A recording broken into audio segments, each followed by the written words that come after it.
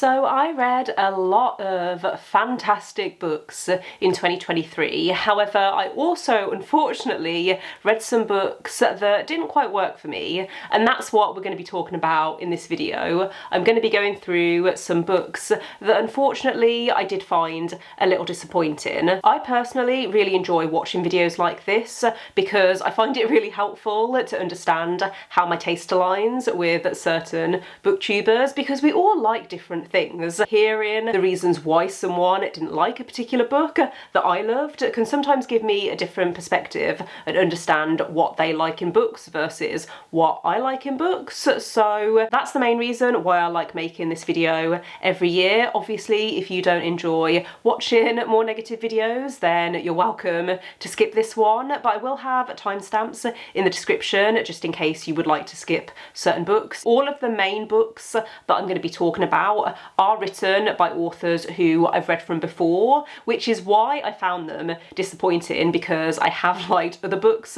by them, so I can give recommendations in that sense. There's also a few books towards the end of the video that I'm going to quickly mention that are written by authors who were new to me, so maybe my expectations shouldn't have been as high going into them, but we're going to kick things off with a book by an author who I have loved in the past. Kill for Me, Kill for You by Steve Cavanagh hasn't actually come out yet in the US, but it came out in the UK over the summer last year. I loved 50/50 and 13 by Steve Cavanagh. I really like the Eddie Flynn series. This is a standalone and it didn't quite work for me for a couple of reasons. So this is following a woman who meets this other woman at this group counselling session, and they bond over grief. Both of them have lost people close to them, and they begin talking about getting revenge on the men who they hold responsible for their grief. It's that classic strangers on a train situation where they agree to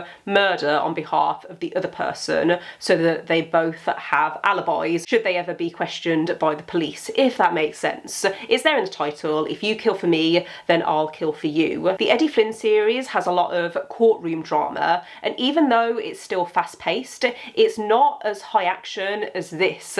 This has a lot of high action, and I think it was too fast-paced for me. It started off well, and there were some twists that surprised me. However, there was also some stuff that I found really predictable and also unrealistic. I feel like you really have to suspend disbelief towards the end of this book in particular. There are a lot of conveniences that didn't sit well with me, and yeah, I gave it 3 stars overall. Not bad, but not the 5 stars that I was hoping it would be. It hasn't put me off reading other books by this author, and I will continue to recommend the Eddie Flynn series because it is one of my favourites. Next up we have Hellbent by Leigh Bardugo, which is the sequel to Ninth House. I loved Ninth House. It was one of my favourite books of, I think, 2021 when I read it, and I did reread it in preparation for Hellbent. I did drop my rating from 5 stars to 4 stars, but I think that's just because it was a murder mystery and I already knew the outcome of the mystery, but I still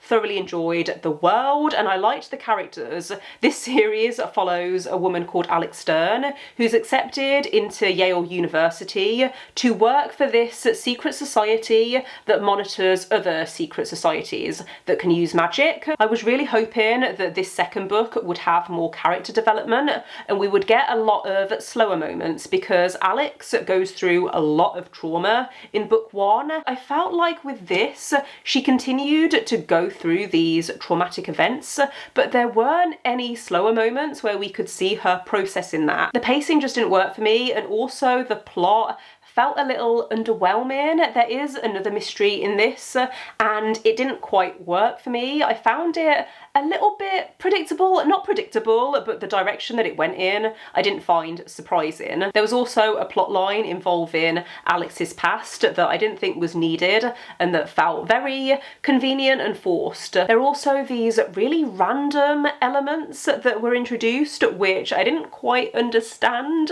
why they were needed, and this this was just so frustrating because it felt like it was too short, but also it dragged for too long. I don't know whether I should continue the series. I know that this is now going to be a trilogy rather than 5 or 6 books like Leigh Bardugo had originally planned, but because I gave this 2 stars, I don't want to have to reread this to continue the series, even if the 3rd book ends up being fantastic. Next up we have another sequel that I found really disappointing, and that is Blood and Honey by Shelby Mahurin. This is the sequel to Serpent and Dove, which I read back in October, and I really enjoyed Serpent and Dove. I thought it was a really fun YA fantasy romance bordering on adult fantasy, and it's about a relationship between a witch and a witch hunter. It wasn't the best world building that I've ever read, but it was really fun and addictive, and I really liked the dynamic between the 2 main characters.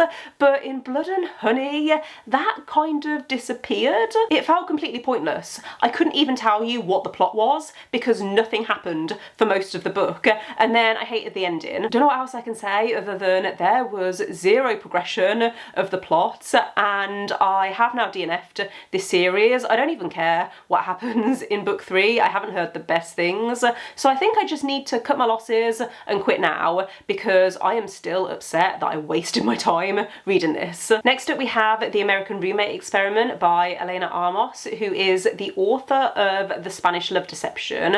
I actually quite liked The Spanish Love Deception. I read it I think last year or the year before, and I thought it was a fun time.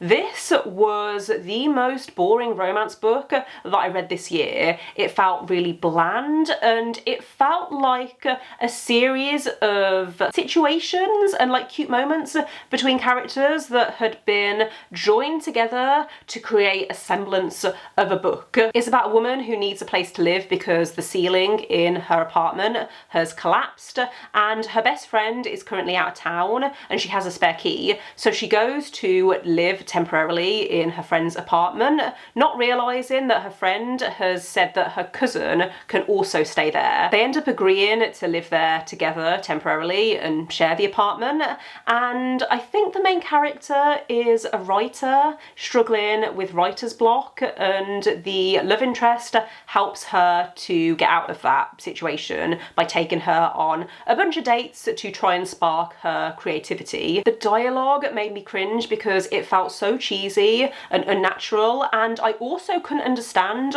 why the characters kept lying about stuff that they didn't need to lie about. It felt like it was just there to create tension and angst, but I wasn't really feeling it. So yeah, I gave this one 2 stars, which is a shame because I think I gave The Spanish Love Deception 4 stars. Tell Me Everything by Laura Kay is next on my list, and this was also really disappointing because I read The Split by Laura Kay also last year and really enjoyed it. I liked how the characters were messy, but in a way that felt really relatable to me. The characters in Tell Me Everything are also messy, but in a way that I found really frustrating. This is following a main character called Nat, I think is her name, and she is finally moving out of her ex-girlfriend's house. Even though they broke up a while ago, her ex is now dating someone else, so our main character moves out, and can I remember what happened after that? I think she ends up dating someone. I do remember that she's a therapist and her dad left when she was younger, and she has a very avoidant personality type. She doesn't do feelings, she doesn't talk about her feelings, and she doesn't confront anything. She just meanders through life and things kind of happen to her. She doesn't really take control of anything. I think if you appreciate realistic fiction, then this might work for you, but I hated the ending to this. I thought that the romantic subplot felt very rushed and like everything was wrapped up too quickly and conveniently. Okay, so those are the main books that I wanted to talk about. However, I do have 3 other books actually, that I wanted to quickly mention. 2 of these I did talk about in my Waterstones vlog, which I will leave linked in the cards and in the description in case you wanted to get more in-depth thoughts. But Trust by Hernan Diaz really didn't work for me. I thought this was going to be so cool because it's set in the 1920s in New York, which is one of my favourite time periods and places to read about, but I found this really dry and boring, and if I hadn't been on a train to Brighton with no signal and no way of reading anything else, I probably would have DNF'd it. Should have said actually, there was a purpose, I think, to the writing style of this, so once I got to the end, I did appreciate what the author was trying to do, but I didn't enjoy the experience of reading it. Lessons in Chemistry by Garmus is a book that was so hyped last year, and I was convinced that I was going to love it because I loved the idea of following this scientist in the 1950s and 1960s, and she's going against the status quo and she's trying to inspire women to get into science and believe in themselves. The concept I really liked, but the execution didn't work for me because it's about this main character's life. I think if you don't like the main character, then you're not going to enjoy the book. The final book that I wanted to mention is Do No Harm by Jack Jordan, which is a thriller with a really interesting concept. It's about a heart surgeon whose son is kidnapped, and the kidnappers blackmail her and tell her that the only way she'll see her son again is if she murders this high-profile patient of hers and makes it look like an accident. I actually really liked the audiobook for this. It was a full production with a full cast, so it was a really immersive experience, and I did find myself gripped, but I didn't like the direction that it went in. It became really unrealistic and over the top, and that's why I gave it 2 stars overall. No spoilers, but the ending was also really unsatisfying, so I don't think I'm interested in picking up any other books by this author, but again, I can understand why this might work for some people. That does bring me to the end of this video though, so thank you for watching if you made it this far. Let me know in the comments if you've read any of the books that I talked about, and what was the most disappointing book that you read in 2023. Don't forget to give this video a thumbs up if you liked it, and click subscribe if you would like to see more videos from me, but otherwise I will see you next time. Bye!